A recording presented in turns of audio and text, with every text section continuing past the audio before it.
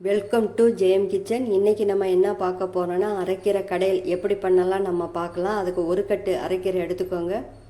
அதை நல்லா வாஷ் பண்ணி ஒரு பாத்திரத்தில் எடுத்து வச்சுக்கோங்க. 100 கிராம் துவரம்பருப்பு ஊற வச்சு உள்ளே சேர்த்துக்கோங்க. 2 ஆனியன் உள்ளே சேர்த்துக்கலாம். 2 தக்காளி கட் பண்ணி உள்ளே சேர்த்துக்கோங்க.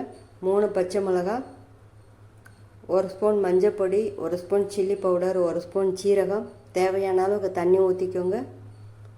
இதை நல்லா கொல்லையை வேக வச்சு எடுத்துக்கோங்க.